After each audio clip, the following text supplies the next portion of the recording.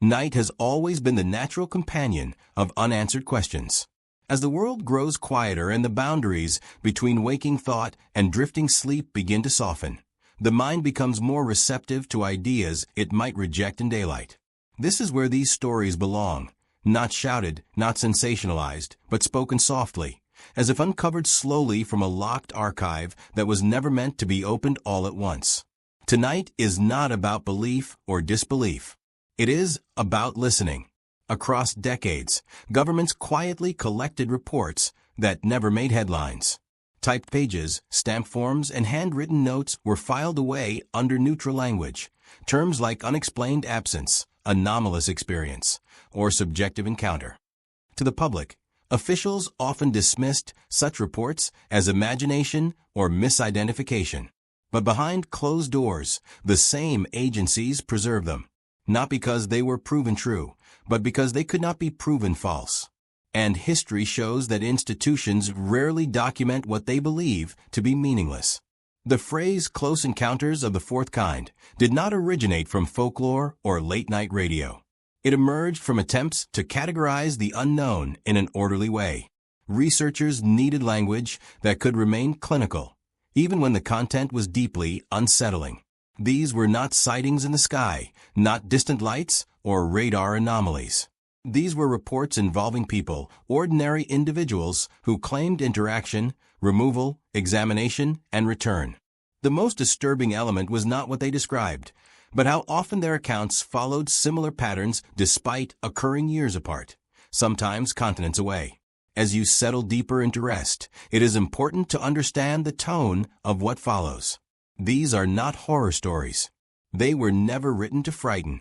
Many of the original reports read like insurance claims or medical intake forms, emotionally restrained, sparse, factual to the point of discomfort. Investigators often stripped away the witness's fear, leaving behind only times, locations, and observable effects. Yet between the lines, something human always remains. In declassified files, one finds a recurring contradiction. Official conclusions often stated that no evidence of abduction was found. Yet the same documents include interviews spanning hundreds of pages, diagrams drawn by witnesses, and follow-up evaluations conducted months or even years later. Historians have noted that this dual approach allowed agencies to appear dismissive publicly while maintaining internal records, in case of future relevance. That phrase appears more often than one might expect. For the individuals involved, relevance was immediate. Many reported missing time, hours that could not be accounted for, watches stopped without explanation, vehicles found miles from where they were last remembered.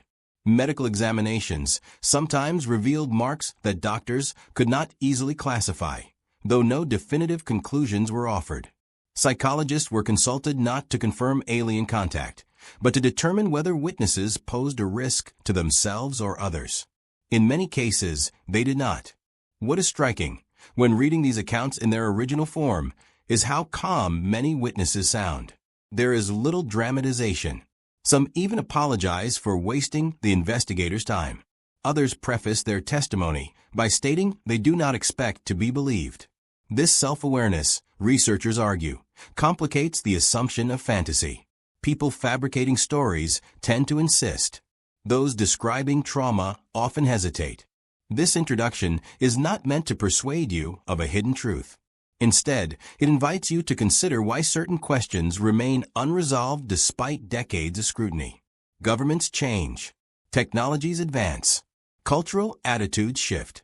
Yet these files persist, resurfacing periodically through declassification laws, leaks, or accidental disclosures.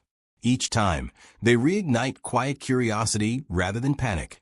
Perhaps because at their core, they speak less about visitors from elsewhere and more about humanity's relationship with the unknown.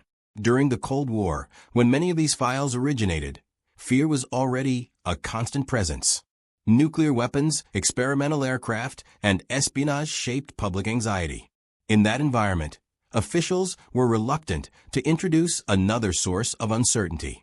Several historians suggest that abduction reports were considered psychologically destabilizing, not because they were true, but because they challenged the assumption that the sky was fully controlled.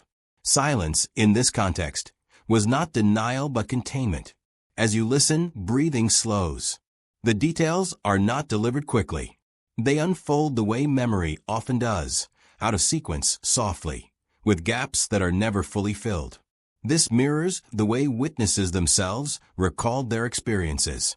Many could not remember everything at once. Fragments surfaced later, sometimes triggered by dreams, sometimes by unrelated sounds or images. Researchers debate whether these delayed recollections strengthen or weaken credibility. The files do not answer that question. They simply record it. There is also the matter of consistency. Critics often argue that abduction stories reflect cultural trends, science fiction influencing imagination. Yet some of the earliest cases predate popular depictions of extraterrestrials.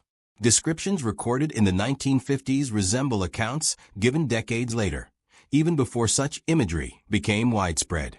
Skeptics point out that archetypes repeat across cultures. Supporters counter that repetition without communication suggests an external source. Between these positions lies a quiet uncertainty that no report resolves. This section serves as a threshold. Before names, dates, or locations are introduced, it is important to understand the atmosphere in which these stories exist. They are suspended between skepticism and belief, between official dismissal and private concern. They are not meant to be consumed quickly. They were never meant to be comforting. Yet, when approached slowly, they possess a strange stillness. As night deepens, consider the possibility that mystery itself is not an intruder, but a companion. For as long as humans have looked upward, there have been things we could not explain. Fire in the sky once meant gods. Now it means data. But data, too, has limits. These files mark the edges of those limits, not with conclusions, but with questions carefully typed, stamped, and filed away. What follows in the next sections will move gradually from context into case history, from quiet preparation into documented experience. There will be no sudden shifts, no sharp turns. Only a steady descent into records that were once classified, then forgotten, then rediscovered. For now, allow yourself to rest with the idea that not everything unknown demands resolution. Some mysteries are meant to be carried gently, like stories told just before sleep. Close encounters of the fourth kind is a term that carries weight beyond its cinematic fame. It does not describe a fleeting light in the sky, a passing craft, or even a brief sensation of strangeness. Instead, it refers specifically to experiences in which individuals report direct contact with beings that are not of this earth, beings that interact physically or mentally, often in ways that leave long-lasting impressions. The term was formalized by Dr. J. Allen Hynek, an astronomer who initially consulted for the U.S. Air Force. He sought to categorize phenomena without implying endorsement or ridicule. Hynek's system progressed from first-hand sightings of aerial phenomena to the more intimate and often unsettling encounters now classified as fourth kind, involving alleged abduction, examination, or communication. Unlike the earlier categories, these experiences are intensely personal, deeply transformative, and in many cases, meticulously documented in government files. Understanding the fourth kind requires attention to subtlety, both in language and perception. The individuals who report these encounters often struggle to describe what happened to them. They may use words like paralyzed, drawn, or unable to speak. Yet no official record confirms the existence of extraterrestrial visitors. In official documents, neutral terminology dominates. Phrases like anomalous bodily experience, temporary disappearance, or subjective report of abduction appear repeatedly. This careful choice of language serves multiple purposes. Firstly, it preserves a veneer of scientific detachment, which is essential in bureaucratic reporting. Secondly, it prevents public panic or ridicule by framing the events as ambiguous or potentially explainable through conventional means. Thirdly, it allows the agencies themselves to keep the records accessible for future review without making unverifiable claims. Despite this sterile language, the contrast with eyewitness testimony is striking. Many witnesses provide detailed accounts of lights, sounds, sensations, and even the sensations of touch or movement that do not correspond to any known earthly technology. Some describe clinical examinations aboard unfamiliar craft, often recalling instruments, diagrams, or procedures. Others recount verbal or telepathic communication, with information transmitted in ways that cannot be measured or reproduced. Researchers and psychologists studying these reports note that even under hypnosis, which was sometimes used to recover fragmented memories, the accounts maintain a consistency that challenges simple fabrication. Hypnotic recall often provides more detail without inventing new narrative elements, suggesting the events are anchored in the witness's subjective reality, if not external reality. The Cold War context adds another layer of complexity. In an era defined by secrecy, surveillance, and rapid technological advancement, the distinction between classified military operations and genuine unknown phenomena was blurred. Reports of unidentifiable lights or missing time were not automatically assumed to be alien encounters. Often, they were attributed to experimental aircraft, secret projects, or even misperception of atmospheric phenomena. Project Blue Book, Project Sign, and Project Grudge, U.S. Air Force programs established to investigate UFO reports, frequently documented encounters, with an emphasis on eliminating national security threats first, and then considering psychological or social explanations. Some cases were categorized as unexplained simply because they could not be reconciled with known technologies or natural occurrences. Over time, those files revealed a small subset that fit the characteristics of what would become the fourth kind. Psychology plays a crucial role in interpreting these reports, yet it is not used here to dismiss the experiences. Sleep states, trauma, and memory fragmentation all contribute to the witness's narratives. Sleep paralysis, for instance, is a physiological phenomenon in which the sleeper awakens while the body remains immobile, often accompanied by vivid hallucinations. While such episodes may explain some experiences, researchers note that many abductees report events occurring over extended periods, in environments that feel real and external, and with physical evidence that cannot be entirely explained by sleep phenomena alone. Memory, too, is malleable, especially when trauma is involved. Witnesses sometimes recall events in pieces, with initial confusion giving way to more coherent narratives over months or years. These reconstructed memories, when documented in declassified files, provide a rich tapestry of recurring motifs, timing, and sensory detail that invite closer study. One of the most fascinating aspects of fourth kind encounters is the paradox of skepticism and documentation. Government officials, psychologists, and even some investigators initially approached these cases with disbelief. Publicly, the narrative was often dismissive. Internally, the files were treated with caution. Historians note that such duality was common across intelligence and military agencies. Documenting an event did not constitute endorsement, and dismissing it publicly maintained social stability. Yet the consistency of witness accounts over time could not be ignored. Patterns emerged: sudden disappearance, bright lights, examination procedures, physical traces, and lingering psychological impact. In several cases, multiple witnesses reported overlapping experiences that could not be fully explained by coincidence, media influence, or shared imagination. The language used in these files is carefully calibrated to reflect ambiguity. Investigators often used neutral phrasing, noting, for example, that a subject reported missing time, without asserting that it had objectively occurred. A common formula in the documentation might include the witness's age, location, circumstances of the event, observed phenomena, and the individual's emotional response. Occasionally, notes would reference physical evidence, such as marks on the body, traces of radiation, or anomalies detected on instruments. These details are included with clinical restraint, leaving interpretation to future analysts. Scholars argue that this linguistic approach serves as both shield and lens. Shield, because it avoids committing to unverifiable claims. Lens, because it captures what was observed and reported with minimal editorialization. Cultural context also shapes understanding. Abduction narratives are not confined to any single nation or time period. In North America, reports increased during the 1960s and 1970s, coinciding with the rise of UFO fascination and science fiction in popular culture. However, historical records indicate that abduction-like phenomena predate these trends. Reports from Europe, South America, and Asia contain remarkably similar elements, from descriptions of small, gray-skinned beings to experiences of missing time and telepathic communication. Researchers studying these cases emphasize the distinction between cultural influence and phenomenological consistency. Even when terminology differs, the core experiences remain strikingly similar.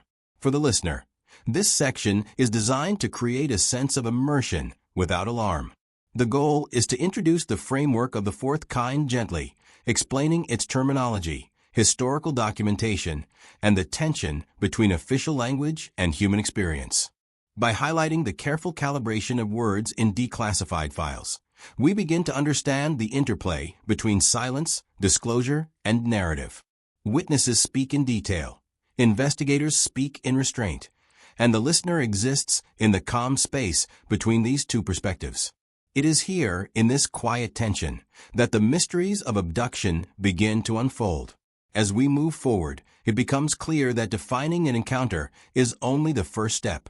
Understanding the implications requires examining the historical backdrop, the individuals involved, and the complex interplay between observation, memory, and interpretation.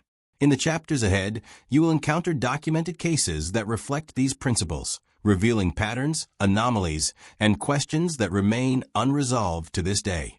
Each case is more than a story. It is a record of human interaction with the inexplicable.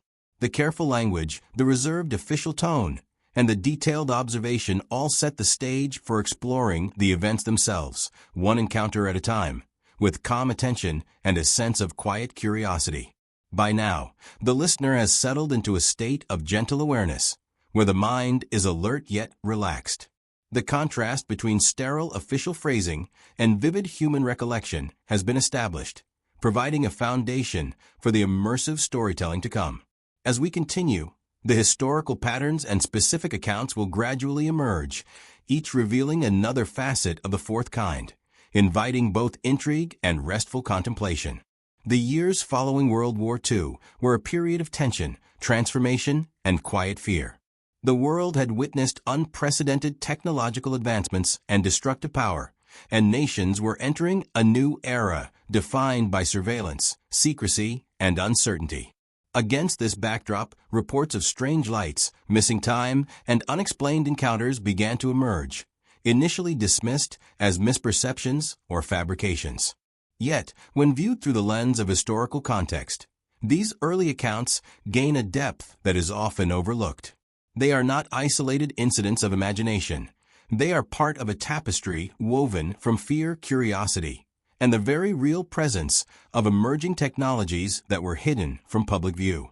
The Cold War sky was, in many ways, an invisible theater where human anxiety intersected with unknown phenomena.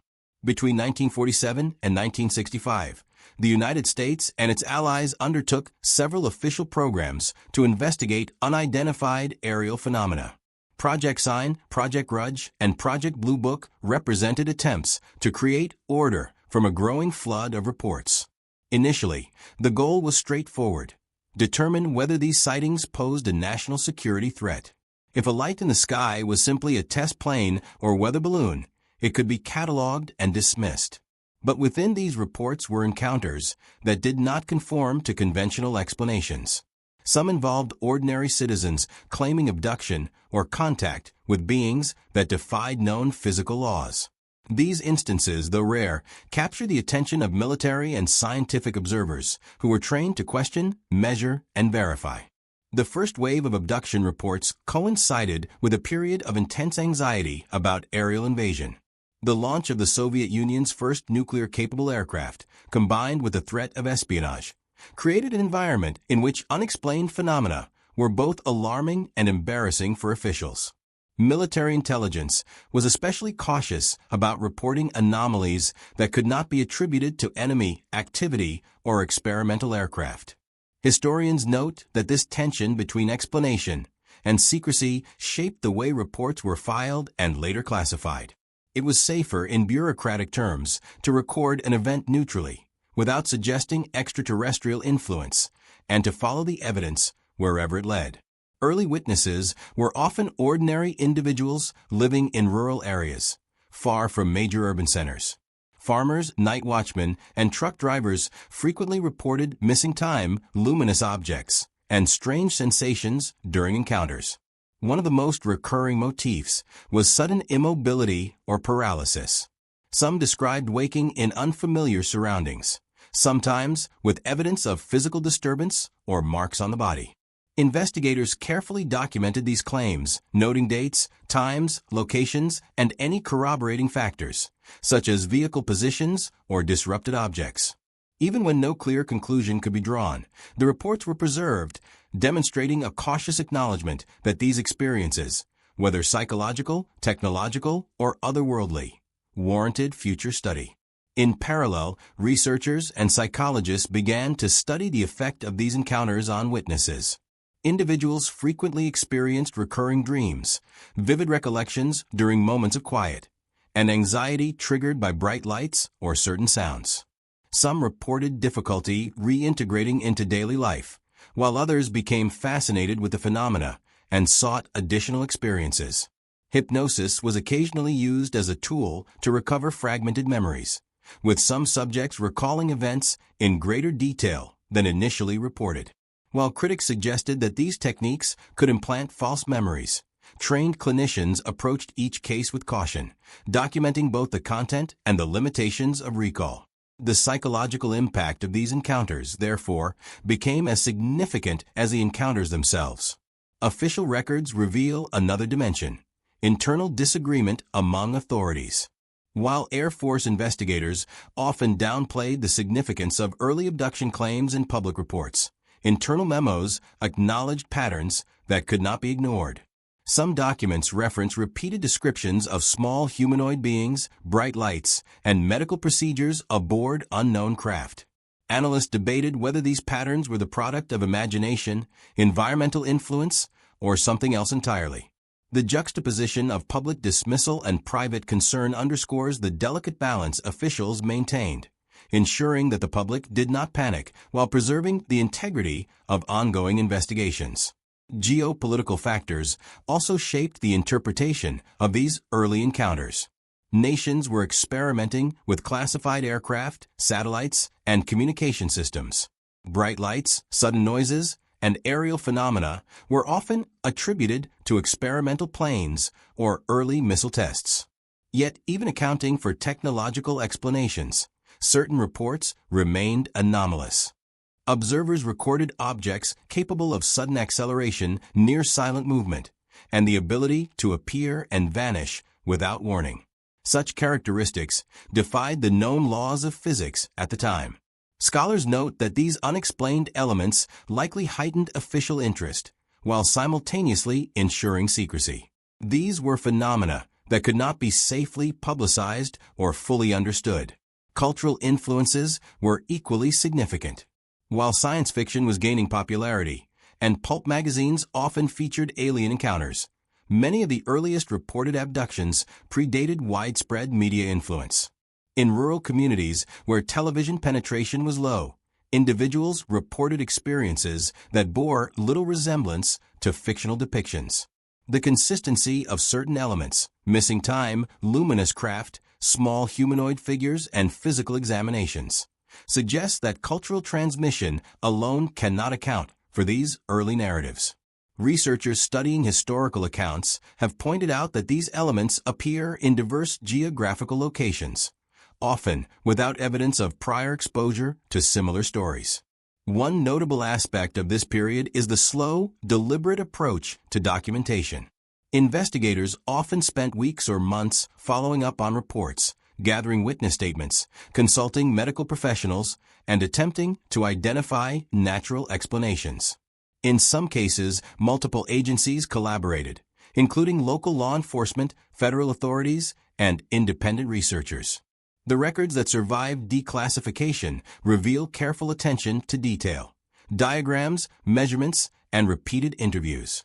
Despite the lack of public recognition, these documents form the foundation for our understanding of fourth-kind encounters, preserving data that would otherwise have been lost to skepticism or time.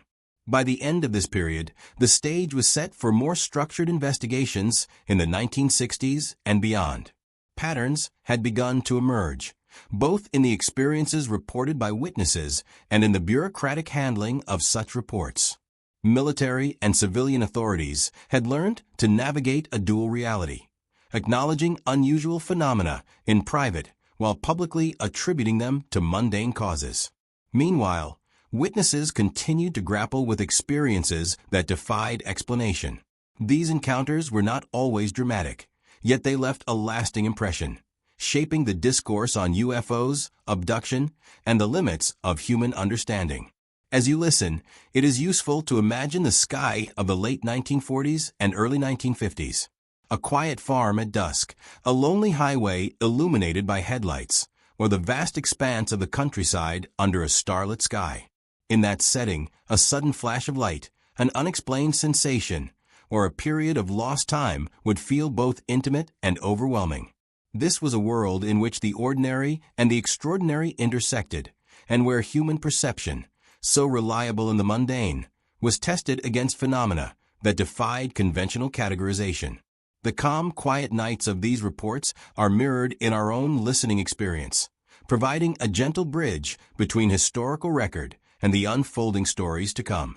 The Cold War sky was not simply a physical space, but a psychological one. Fear, curiosity, and imagination converged under its vastness. For investigators, it was a theater of observation and classification. For witnesses, it was a stage for personal and inexplicable experience. And for the listener, it becomes a space in which we can explore, quietly and deliberately, the mysteries preserved in declassified files. These early reports, with their careful documentation and striking anomalies, lay the groundwork for understanding the cases that follow. They remind us that the unknown often exists at the intersection of ordinary life and extraordinary circumstances, and that sometimes the most profound mysteries unfold not in public spectacle, but in private, quiet moments of observation. As the decades progressed, certain reports of abduction and unexplained contact began to stand out, not because of spectacle, but due to the meticulous documentation preserved in declassified files. The first four encounters we will explore span multiple regions and decades, yet they share strikingly similar patterns, suggesting that what was once dismissed as coincidence may deserve closer examination. These cases are not presented to demand belief. Rather, they are windows into experiences that were serious enough to warrant careful investigation, sometimes by multiple agencies over extended periods. Each case demonstrates the delicate balance between witness testimony, psychological evaluation, and bureaucratic restraint. The first encounter occurred in rural New Hampshire in 1961. A middle-aged farmer, tending his livestock late one evening, reported a sudden sense of paralysis. He described a soft hum in the air, accompanied by a bright, bluish light that seemed to hover just beyond the tree line. According to his account, time became disjointed. He lost awareness of several hours and later found himself miles from his farm, with no recollection of the journey.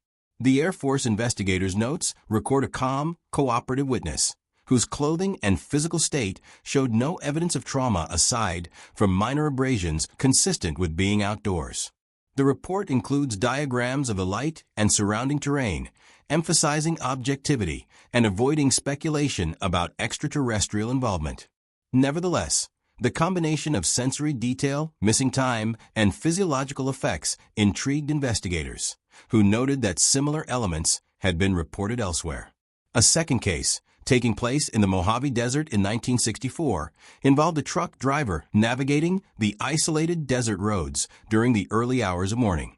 He described a sudden bright light that enveloped his vehicle and a sensation of movement without physical motion. According to the declassified file, he experienced auditory hallucinations, tones and frequencies unlike anything he had previously encountered, followed by a memory gap of nearly 3 hours. Upon regaining awareness, he found his truck in a location that suggested travel at speeds far exceeding conventional vehicles. Hypnotic regression sessions, conducted weeks later under the supervision of a licensed psychologist, revealed additional sensory details. The presence of beings with smooth, featureless skin, and an instrument that emitted a soft glow while hovering above his shoulder. Investigators recorded these details with careful restraint, noting inconsistencies and ensuring all statements were attributed to the witness, rather than interpreted by the examiner. The third encounter is documented in files from West Germany in 1962, a region still navigating post-war reconstruction and Cold War vigilance.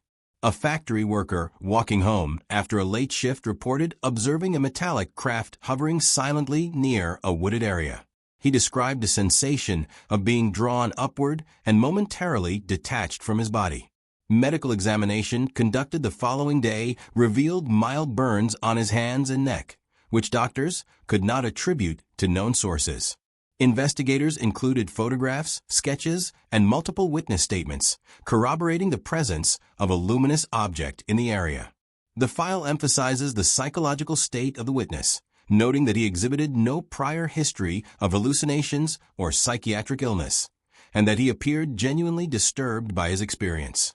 Researchers studying these files later highlighted the similarity of these descriptions to North American accounts, despite geographic and cultural separation.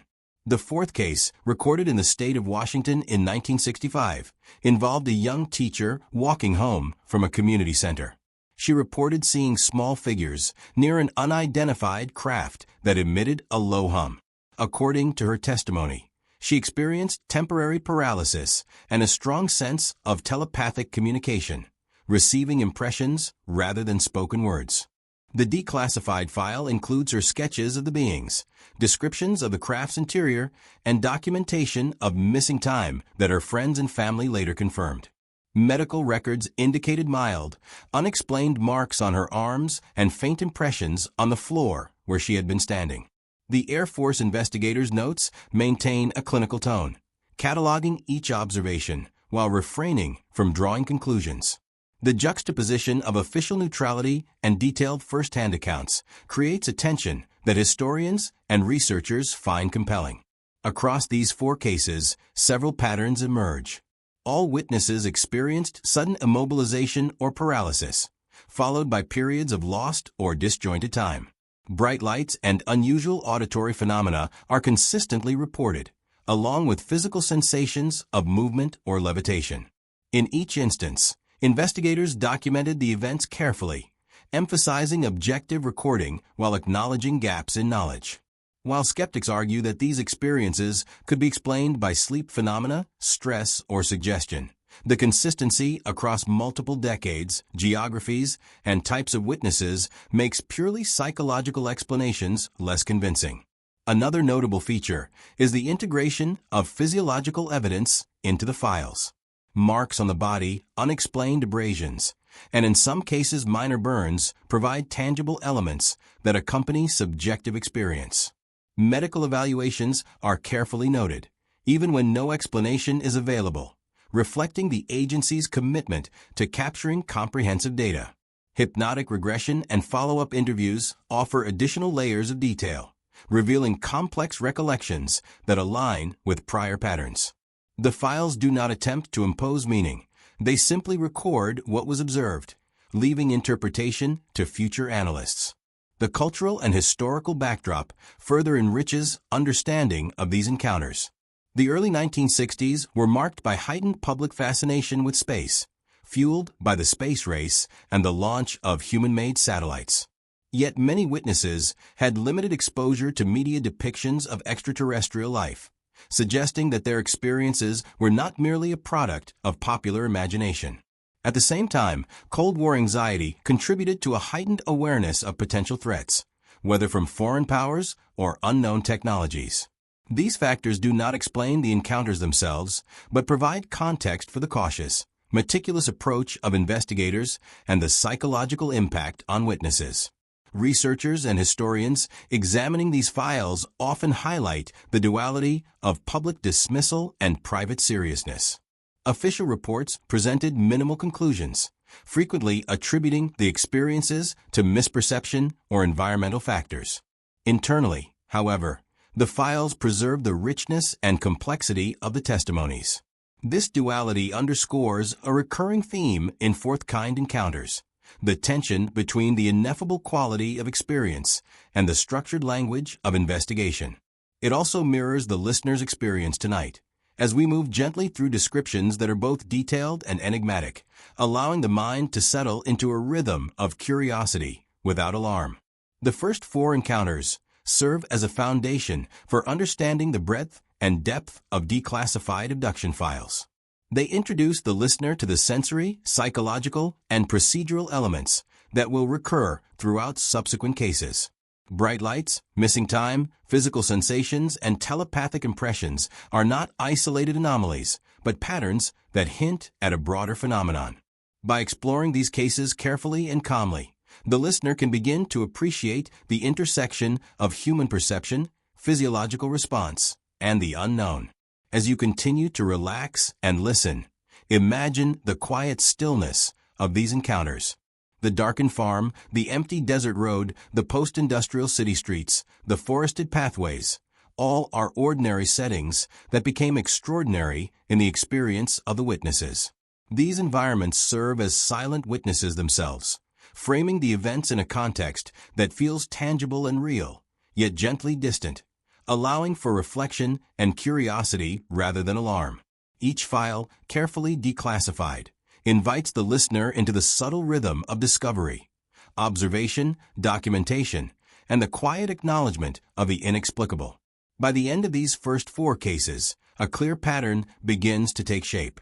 The interplay between vivid human experience and clinical documentation forms a delicate bridge between belief and skepticism, between the known and the unknown.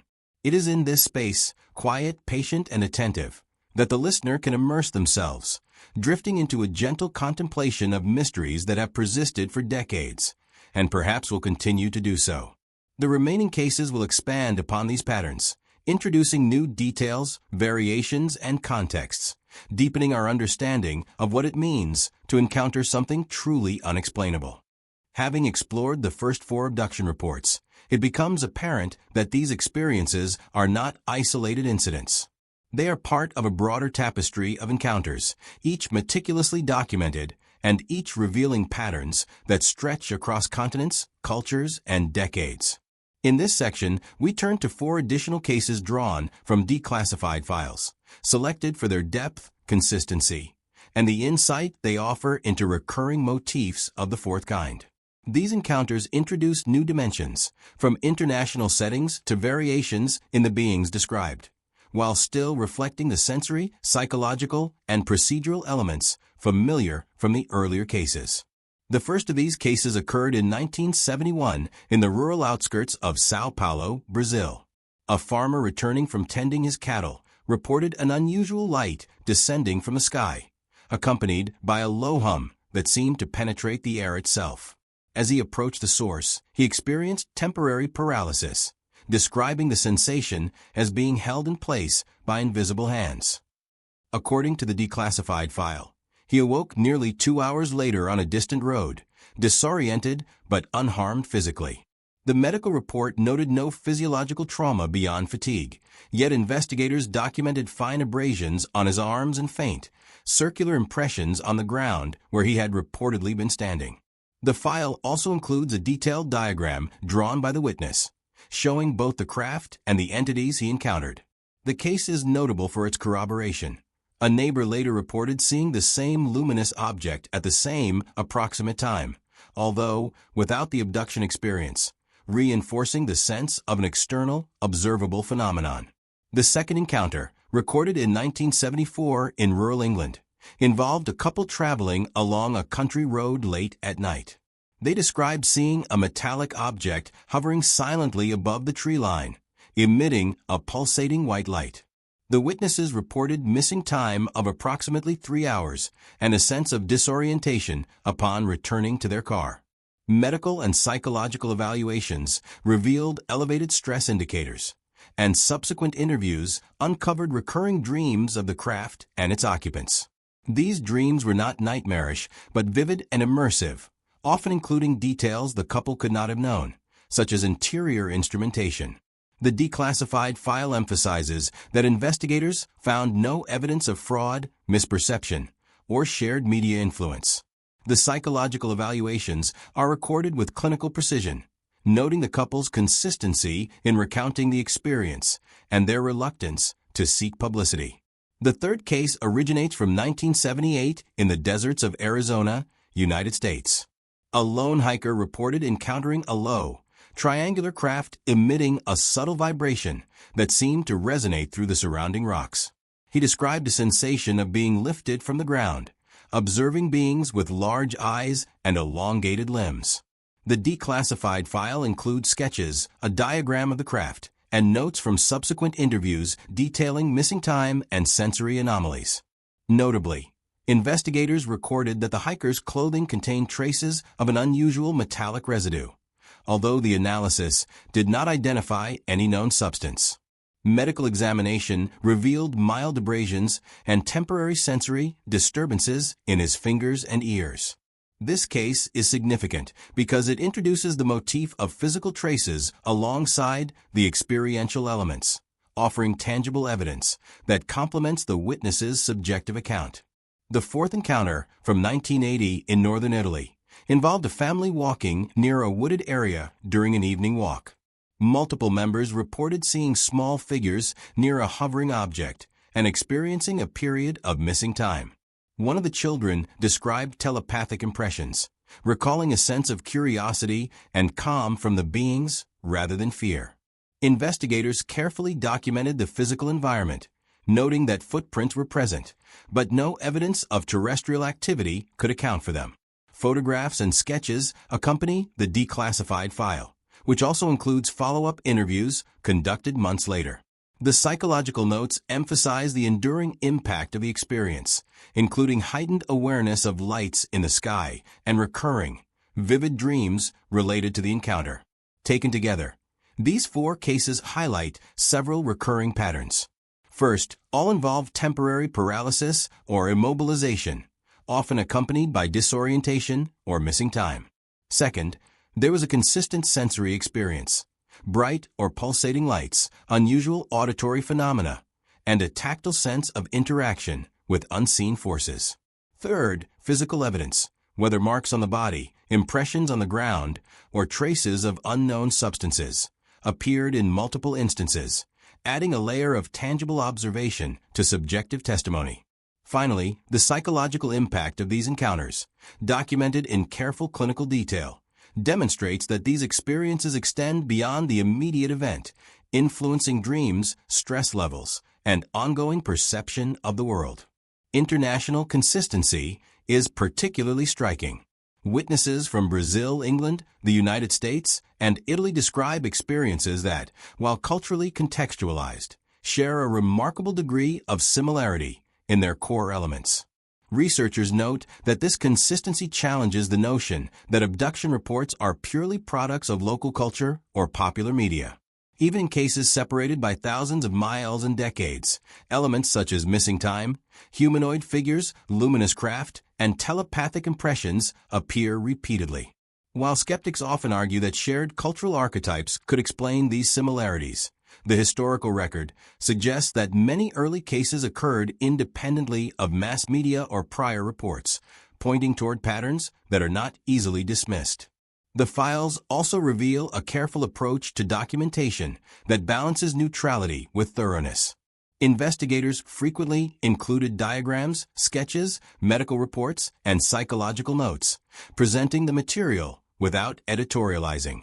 In some instances, follow-up interviews were conducted months or years after the initial encounter, capturing details that emerged later, sometimes under hypnosis or in response to dreams.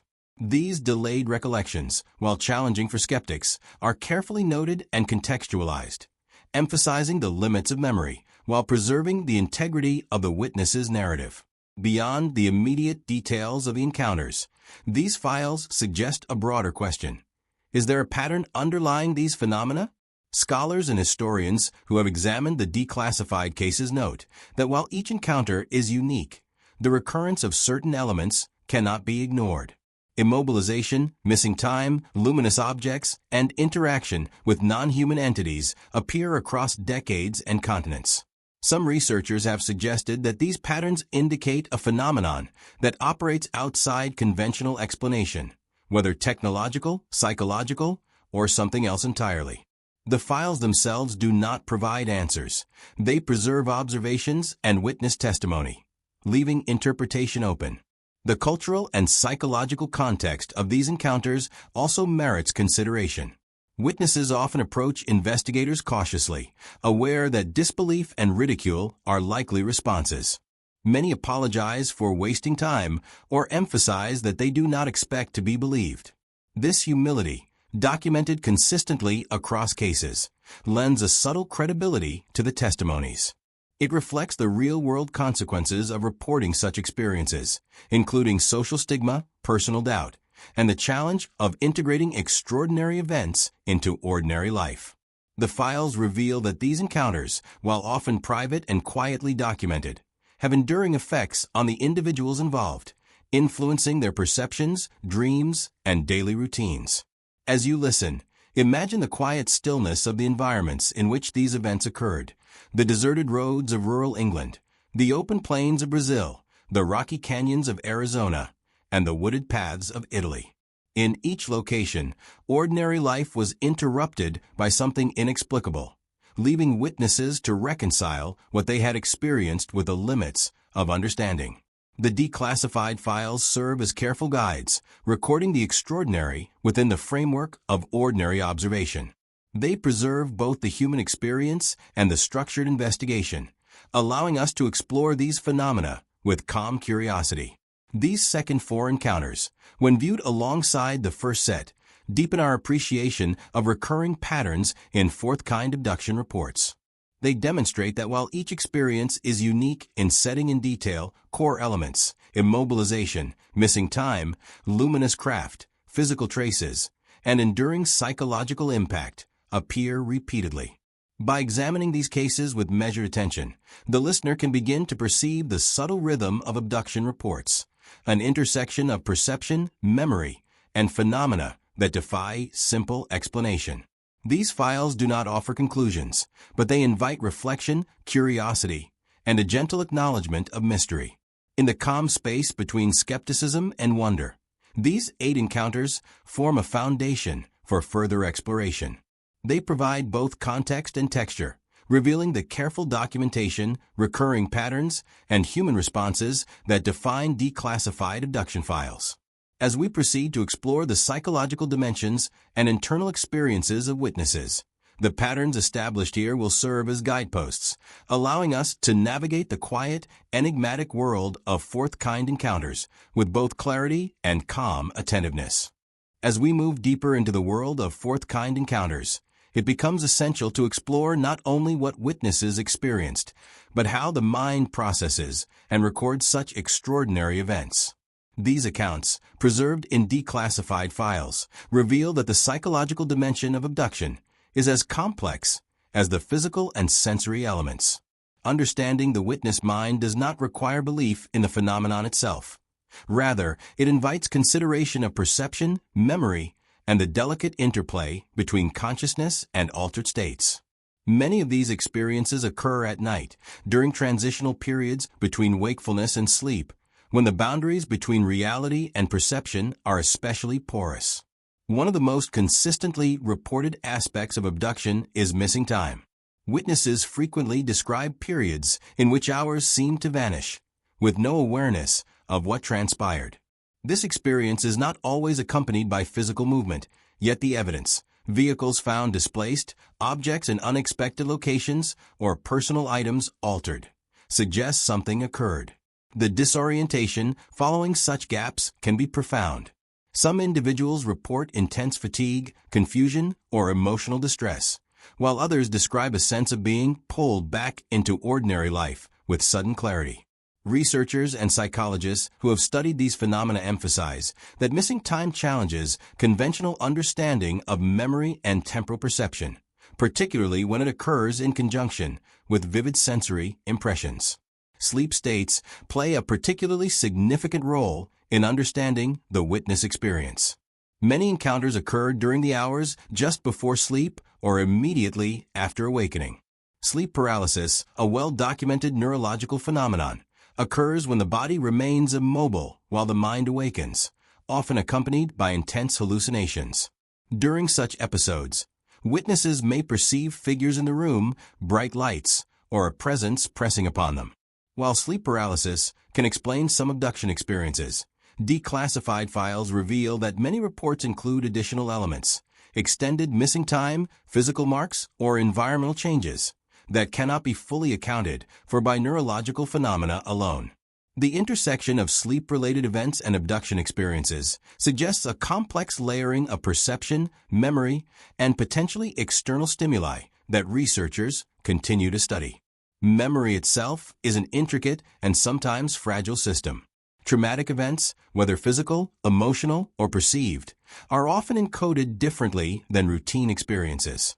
In abduction cases, witnesses frequently describe fragmented recollections, with details emerging gradually over days, months, or even years. Hypnotic regression has been used in some investigations to recover memories that were inaccessible through conscious recall. These sessions often yield additional sensory detail, such as descriptions of instruments, beings, or the interior of craft, but raise questions about the reliability of memory under suggestion. Investigators in declassified files were careful to note the distinction between what witnesses themselves recalled spontaneously and what emerged under guided recall, emphasizing caution and transparency in documentation. The psychological impact of abduction experiences is profound, even in cases where physical evidence is minimal. Witnesses often report recurring dreams or visions related to the encounter, as if the mind continues to process the experience while the body rests. Some describe heightened sensitivity to lights, sounds, or environmental cues, while others experience persistent anxiety or a sense of altered perception. These effects mirror what is observed in other forms of trauma. The mind continues to revisit the event, searching for comprehension or closure. Importantly, the declassified files show that many witnesses sought evaluation not because they doubted their sanity, but because they wished to understand the extraordinary experience that had irrevocably altered their sense of reality. Another intriguing element documented in the files is the consistency of certain experiential patterns across multiple witnesses. Despite geographic, cultural, and temporal differences, reports frequently include similar sensations: paralysis, a gentle lifting or transportation, luminous craft, and beings of humanoid form. Researchers have noted that the convergence of these elements raises questions about the interplay between human perception and phenomena that lie outside conventional understanding. Are these experiences purely subjective, shaped by universal archetypes embedded in human cognition? Or do they reflect encounters with something external, yet elusive? The files themselves remain neutral, preserving witness testimony without asserting conclusions, but the patterns invite contemplation. The relationship between trauma and memory is particularly relevant in abduction cases. Witnesses often report a combination of fear, awe, and confusion. This complex emotional landscape can influence recall, making memories both vivid in detail and fragmented in sequence. Declassified documents frequently note that individuals may initially suppress memories of the encounter, only for them to resurface later in dreams or under calm, reflective conditions. Some psychologists argue that this delayed recollection does not indicate fabrication, but reflects the mind's method of processing events that challenge existing frameworks of understanding. Memory, in this sense, becomes both a repository of experience and a dynamic participant in the ongoing integration of the extraordinary. Physical sensations accompanying abduction experiences are also meticulously recorded. Witnesses describe numbness, tingling, or heightened sensitivity, often localized in specific parts of the body. Some report subtle changes in vision, hearing, or temperature perception during the event. Investigators carefully document these reports, noting whether medical evaluation corroborates any anomalies. While some phenomena may have natural explanations, stress responses, neurological reactions, or environmental factors, the repetition of certain experiences across diverse cases defies simple categorization. The files underscore that these physical sensations, when combined with missing time and vivid memory fragments, form a multi-layered experience that engages the entire perceptual system. Telepathic impressions are another aspect of the witness mind that appears in multiple declassified reports. Witnesses describe receiving knowledge, instructions, or sensations without spoken language. These experiences are often subtle, leaving the witness with a strong emotional impression or a sense of connection, rather than clear verbal communication. Researchers studying these accounts note that such experiences may reflect heightened intuitive perception, altered states of consciousness, or phenomena that extend beyond conventional sensory channels. The files approach these claims with neutrality, recording the witness's description without endorsement, but their presence adds depth to our understanding of the diversity and richness of abduction experiences. The cultural dimension of witness experience is also significant. Many reports originate from areas where scientific understanding is advanced and media influence is limited, suggesting that the content of memories is not entirely shaped by external narratives. At the same time, the files reveal that witnesses often struggle with social stigma and personal doubt, emphasizing the courage required to report experiences that defy societal expectations. In documenting these encounters, investigators maintained an empathetic but clinical approach, ensuring that the witness's perspective was preserved while contextualizing the experience within psychological and environmental factors. As the listener reflects on these insights, it becomes clear that the witness mind is both fragile and resilient, capable of processing extraordinary events while maintaining a coherent sense of self. The combination of missing time, altered sensory perception, fragmented memory, and enduring psychological effects forms a complex landscape that cannot be easily reduced to simple explanation. These experiences, while deeply personal, resonate with patterns observed across multiple cases and decades, suggesting a phenomenon that exists at the intersection of consciousness, perception, and the unknown. By exploring the witness mind, we gain a more nuanced understanding of fourth-kind encounters. These are not merely stories or reports. They are the lived experiences of individuals navigating extraordinary circumstances, often in isolation and with minimal external validation. The declassified files offer a window into these experiences, preserving the delicate balance between objective observation and subjective experience. For the listener, this exploration invites calm reflection, curiosity, and an appreciation for the subtle complexities of human perception when faced with the inexplicable. In the quiet moments before sleep, consider the depth of human consciousness, the way the mind can record, process, and integrate experiences that stretch beyond conventional understanding. The accounts preserved in these files are both a testament to human resilience and a reminder that some mysteries may never be fully resolved. Yet in their careful documentation, they offer a gentle, immersive journey into the edges of perception, allowing the mind to explore, question, and rest with curiosity rather than fear. As we continue exploring fourth-kind encounters, it becomes evident that the story extends beyond the experiences themselves into the way institutions and society at large respond. The declassified files reveal a pattern of duality. Internally, government agencies often treated these reports with seriousness and meticulous documentation. Publicly, however, the same phenomena were dismissed, ridiculed, or attributed to mundane causes. Understanding this tension between internal acknowledgement and external dismissal is essential to grasp the cultural and historical context of abduction narratives, as well as the lasting psychological impact on witnesses.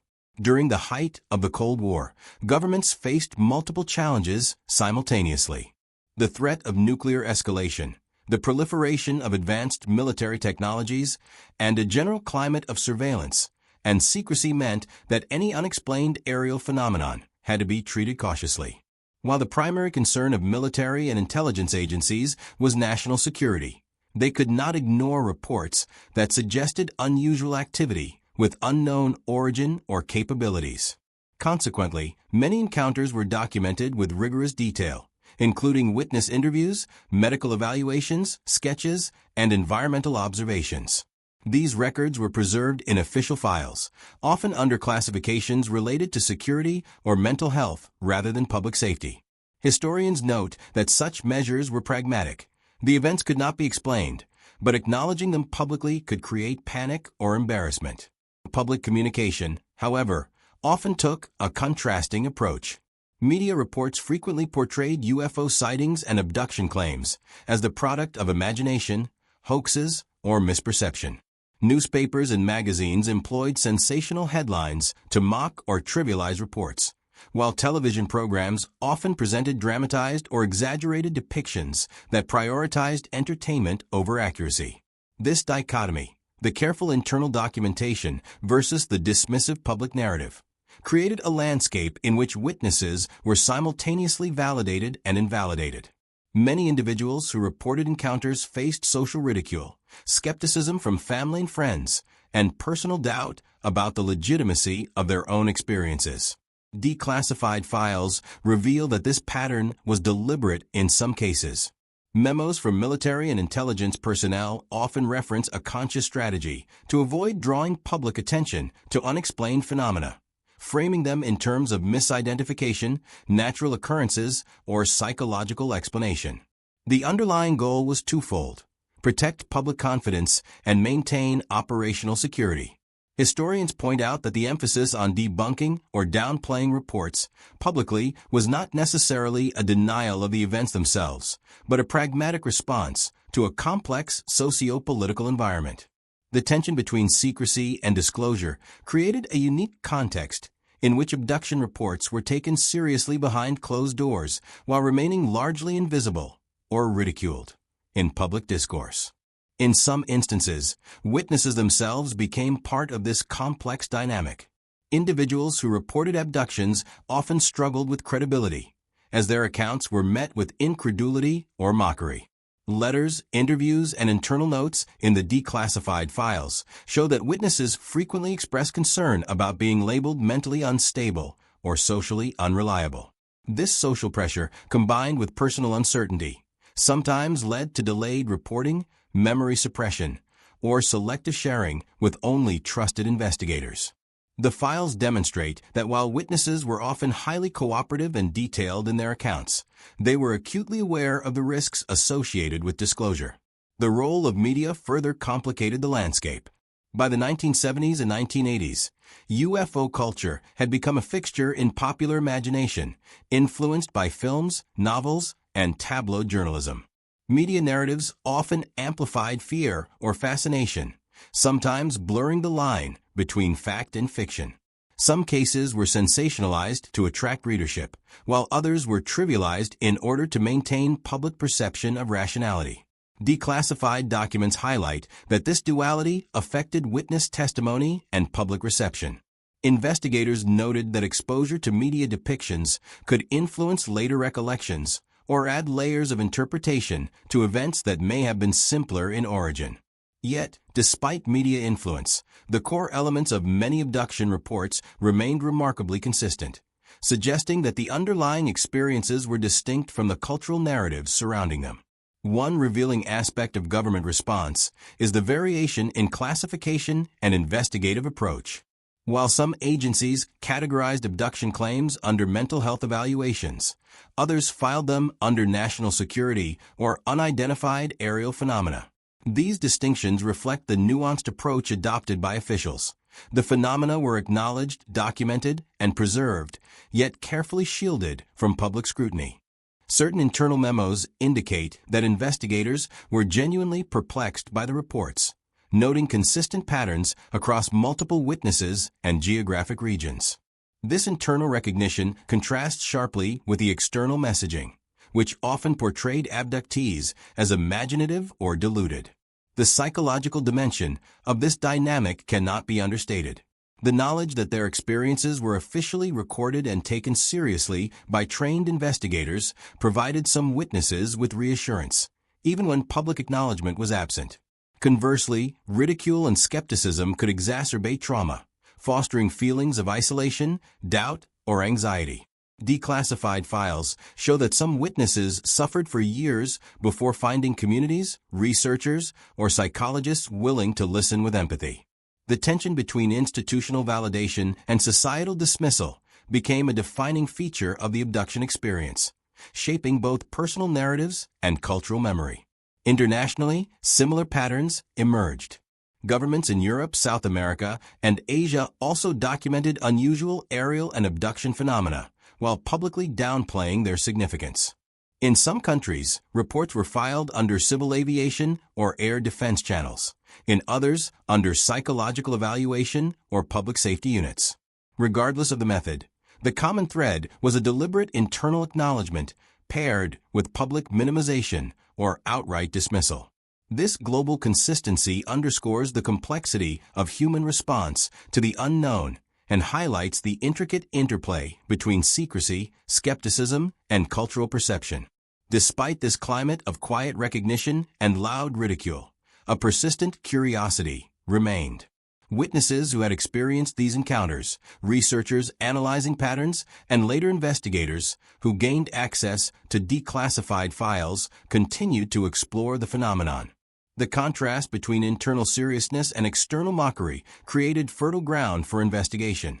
If official agencies had deemed these reports worth documenting, perhaps there was more to the phenomenon than public narratives suggested. At the same time, the societal tendency to dismiss or ridicule such claims reinforced the mystery, preserving the phenomena in the shadows and amplifying their allure for those seeking understanding. For the listener, this duality provides an essential lens through which to approach subsequent cases and patterns. The careful, methodical recording of encounters within official channels emphasizes credibility and attention to detail, while public skepticism highlights the social pressures that witnesses navigate. Understanding both dimensions allows for a richer, more nuanced exploration of abduction phenomena, situating individual experiences within historical, cultural, and institutional contexts. As we move forward into discussions of competing theories and alternative explanations, this framework of quiet documentation and loud dismissal will serve as a guide for interpreting both evidence and human response. The interplay between government response and media framing ultimately reflects a fundamental tension: the desire to understand versus the need to protect societal norms. Witnesses occupy the space between these two forces, offering testimony that is simultaneously compelling, puzzling, and sometimes isolating. Declassified files preserve this tension in detail, highlighting both the challenges of documentation and the enduring mystery of the phenomenon. By approaching these materials with calm curiosity, the listener can appreciate the care, diligence, and subtlety with which investigators sought to capture the unknown.